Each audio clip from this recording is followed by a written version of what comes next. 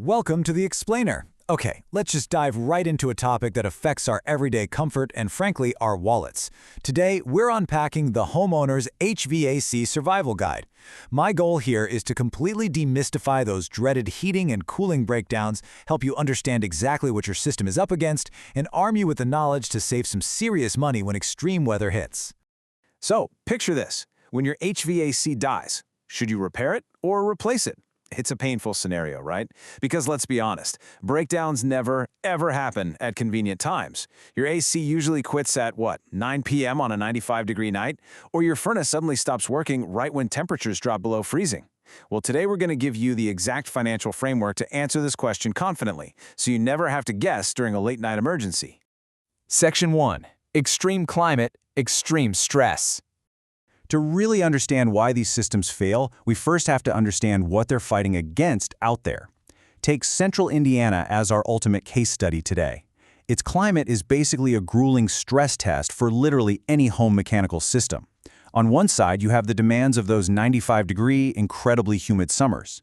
Your AC isn't just cooling the air down, it's working overtime pulling heavy moisture out of your home, which puts just massive strain on the compressors and blower motors. Then you look at the flip side, sub-zero freezing winters. During a cold snap, your furnace is forced to run continuously for days on end. It's a relentless cycle of environmental punishment. But it's not just the air temperature attacking your system, it's the ground itself.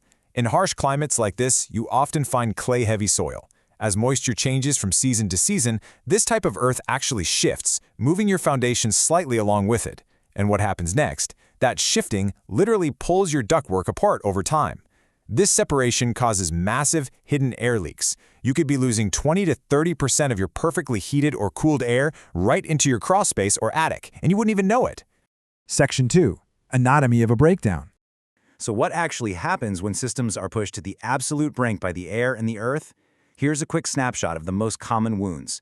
We've got refrigerant leaks, which are totally accelerated by corrosion and humid conditions. We've got that separated ductwork we just talked about, and down at the bottom, failed capacitors and contactors. Think of these as essentially the batteries that jumpstart your system's motors. Extreme heat and humidity can completely degrade a capacitor in just 3 to 5 years. It's such a tiny part, but when it fails, your entire system shuts down. Just like that.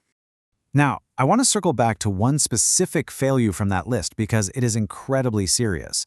Cracked heat exchangers. These can leak dangerous carbon monoxide into your home. For older furnaces, the constant thermal expansion and contraction during the winter can literally crack the metal.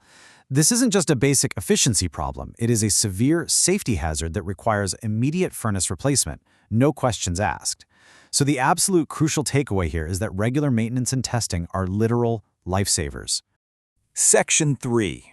The financial climax, repair or replace. Okay, so how do you handle the bill when the technician finally shows up? Let me introduce you to the ultimate financial heuristic. It's called the $5,000 rule. It goes like this. If your HVAC system's age multiplied by the repair cost exceeds $5,000, replacement makes more financial sense. It's such an elegant formula because it brilliantly accounts for both diminishing efficiency and the increasing frequency of breakdowns as these systems age. Let's walk through the math together really quickly to see exactly how this works in the real world. Say your AC unit is 12 years old. It breaks down, and you get a repair bill for $500. Well, 12 multiplied by 500 equals $6,000. Because $6,000 is greater than our $5,000 threshold, the math clearly tells us it's time to replace, not repair. By following this, you completely avoid throwing good money at a failing unit that, honestly, is only going to break down again. Section 4. Lifespans and real costs.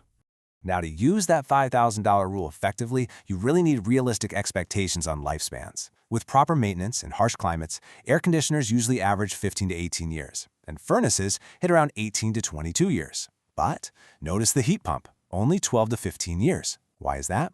Well, because heat pumps provide both heating and cooling, they're running year-round. They just don't get an off-season to rest, so they naturally wear out a bit faster. And when it actually is time to replace, the costs jump massively depending on your home's square footage. An average 2,000 square foot home will run about $6,000 to $9,000, averaging out right around $7,500. But a 4,000 square foot home, You might be looking at double that, around $16,000, and you'd possibly need 2 separate zoned systems. This highlights exactly why your installer absolutely must perform what's called a manual J load calculation. It's basically a scientific formula to measure exactly how much heating and cooling your specific home needs. Guessing the size based on square footage alone? That means you might buy an oversized unit that cycles way too fast, or an undersized one that just never ever stops running. But wait, I do have some good news to soften that blow. $2,000. Under the Inflation Reduction Act, if you upgrade to a qualifying, highly energy-efficient system in 2025, you could be eligible for up to $2,000 in federal tax credits. That is a dollar-for-dollar reduction on your tax liability, which takes a really nice chunk out of that initial heavy investment. Section 5. Pro Tips for Homeowners. Let's wrap up with some actionable survival strategies to protect both your system and your wallet. First up is an absolute golden rule for daily operation, the 3-minute rule. If you turn your AC off, wait at least 3 minutes before restarting it. Why? Because you need to allow the refrigerant pressure to equalize throughout the entire system. If you rapidly flip your thermostat on and off, you force the compressor to start against incredibly high pressure. It causes massive strain and can lead to a premature, completely catastrophic failure of your equipment. Just give it 3 minutes.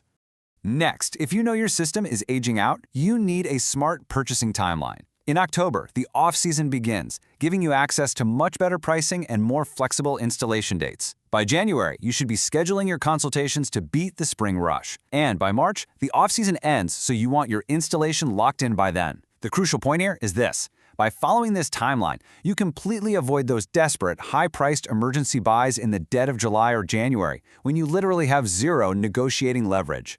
Which brings us to our final highly important question for you. Do you know the exact age of your HVAC system right now, today? If you don't, your homework is to go check the sticker on your unit the second this is over.